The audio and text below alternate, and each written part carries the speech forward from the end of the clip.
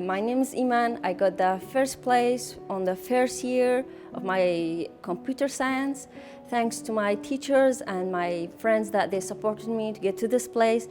And it was awesome to study online studying, though it was hard, thanks to all my teachers that they worked hard in such a time. I wish the best for everyone and health to the world.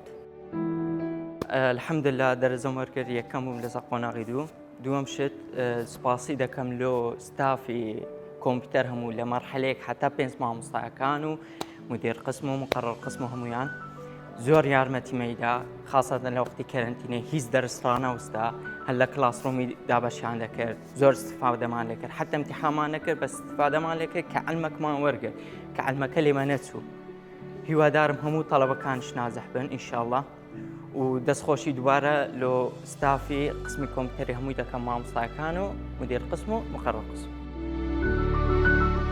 سڵاو من سەفەر لە پەیمانگەی گەشە لە بەشی کارژێر و ژمێریاری ئەم ساڵ بوومە قۆناغی چار کە نەمانتوانی بەشداری لە تاقیکردنەوەکان کە بۆی ڤایرۆسی کۆڕۆناوە بەڵام سوپاس بۆخوا کە لە ڕێگای کلاسڕوم و ڤایبەرەوە مامۆستایەکان هاوکاریان کردین.